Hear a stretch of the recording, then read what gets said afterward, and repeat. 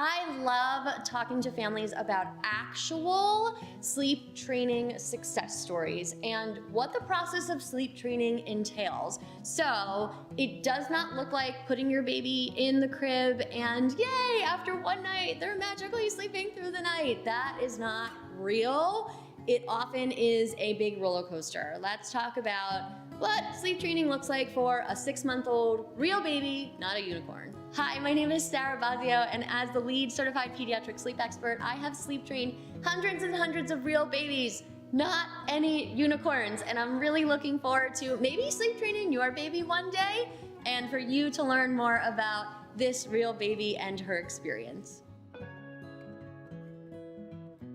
To protect this baby's anonymity, we are going to change her name to Rosie, and I'm going to change the age just slightly. So her age is going to be 8 months old, but I'm going to use all of the other precursors and information so that you have a really good idea of what was going on before, during, and after the sleep training process, if this is something that you can relate to and understand actually what happened during sleep training and kind of how we pivoted. The big takeaway from this family is that we started out with one method and we actually had to change to another one. And this is a big lesson. Sometimes we have in our mind set out exactly the way that we want to sleep train, and the baby tells us, yeah, no, that's not what I want to do. And mom and dad, you've got to change. Parents, let this be a lesson for all of us. We sometimes have plans and our babies decide differently, right? So we've got to change, and that's all right. Let's talk about the before. So before sleep training, baby was not an independent sleeper and mom was okay with that. So we were nursing to sleep a little bit, and then we had transitioned to bottles. So there was a lot of falling asleep by the bottle, and sometimes in the crib, sometimes we were co-sleeping. Things weren't really terrible, so we were getting some stretches of sleep, 3 or 4 hours. Most nights, we had gone on vacation and things kind of tanked. We had gotten to a point where we were at that point up every hour. Even the bottles weren't putting our baby back to sleep. By the time mom and dad reached out to me, the baby was doing this really weird falling asleep at the bottle. Sometime around 8 p.m. would take like a nap until about 8:45 and then would be awake, and then would be awake for like 2 solid hours. And then from there would be up every hour. And when mom contacted me, she had said, I was completely against sleep training. This is something I had zero desire to do. But what I'm realizing is that my child is really tired. She's only napping 30 minutes 3 times a day, so she's not even making up her sleep in the daytime. I can't function because I have a very stressful job during the day. My husband does work from home, but yeah, he works from home. It's not like he can take naps during the day either, and it's really affecting everything in our family. So I know we have to sleep train. However, I am adamant that it has to be something that's gradual. And when the parents talked together, I said, okay, so I respect mom and I really want to make sure that we are doing gradual because we really want to make sure mom's comfortable. We're not going to follow through with the method if mom's not comfortable with it. Dad had said, well, I don't think she's going to do really well. I think Rosie really needs less intervention. I think that she needs a little more independence. And I said, okay, Dad, so I hear you too. However, we need to have mom feel good about this, especially because she was so against sleep training from the get-go. And then, mom, you have to be able to meet dad halfway if we see that Rosie is not feeling good, right? We got to let Rosie kind of be the lead on this. So we went with the chair method, which is really the most involved method that we can do at 8 months old.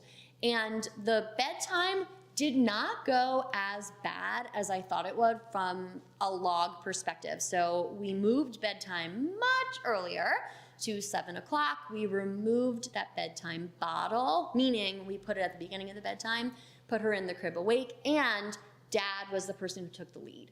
So this was really important because mom was having a really hard time, number one, with the actual sleep training part of it. She didn't want to be totally involved with the crying, right? And there was a really, really deep connection, obviously, with baby and mom, and it would have been easier for Rosie to be able to do this process if dad was there. Rosie went in the crib at 7, fell asleep at 8:30, and dad said there was actually a long period of time where she was soothing. However, here's where things went south. So Rosie woke up at 9, went back to sleep at 10, which isn't too uncommon to see that false start. Usually it's not that long of a period of time, but we're gonna give her a little bit of grace because it was the first night. Then what we saw was definitely not common at all, even for the first night of sleep training. Rosie woke up at 1 o'clock, and we did incorporate a night feeding because she was receiving several night feedings. I'm a really big believer that even if the pediatrician said to reduce the night feedings, I don't love to drop them cold turkey if a baby has already been given them. It's really hard for the body to just drop those calories altogether, and I don't want to shock the system. I don't want to make mom nervous that what if the baby's hungry and she's crying out of hunger, right? It's just easier to feed. So the baby was fed, and then even after that feeding, after 1 o'clock, she was up for 3 full hours with dad in the chair. She fell asleep for 5 minutes at 4 o'clock in the morning and then was up for the day. So in that night, she slept a total of, I think, 3.5 hours, if I'm doing my math correctly now. And it was a really, really rough night for the parents. Mom was not happy, obviously, understandably so. Everybody was exhausted, the baby was exhausted, and this is when I hop on a phone call right away to really reassess and see where we were gonna go from there. I am really proud of mom because 2 nights prior, she was very adamant that chair method had to be the method.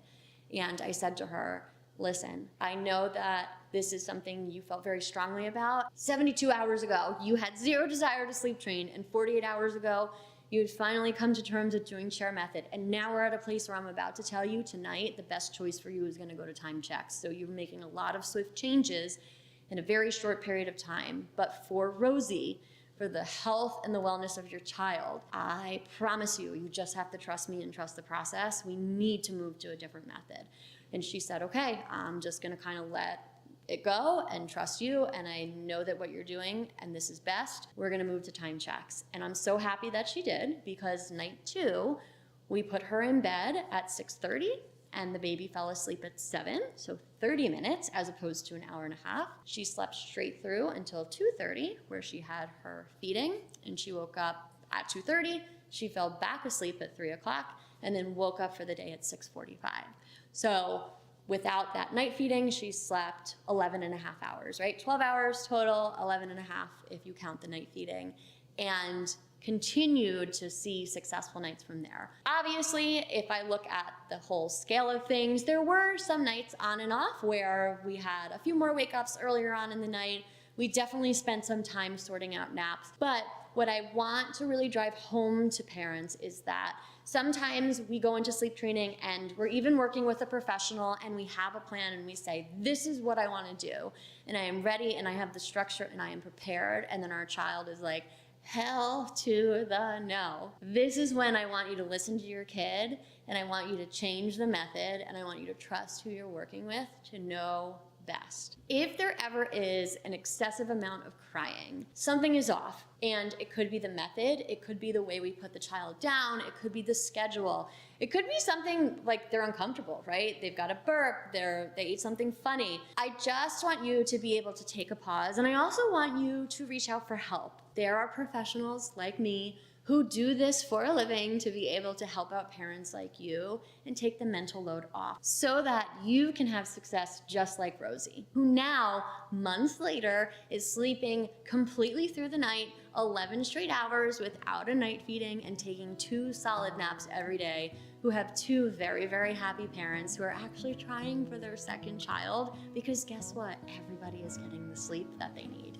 If you are looking for one-on-one help and need some advice from a sleep expert just like me, I am going to leave information about how to book a call just to learn about my programs. It's free, it's 15 minutes, it's in the description. And while you're on your way down there, make sure that you leave a like so that you can give some love to Rosie and her family, who did such a great job really modifying the way that they were approaching sleep training. If you have a question about sleep training, leave it in the comments. I'm the one who answers them. I'd love to hear from you.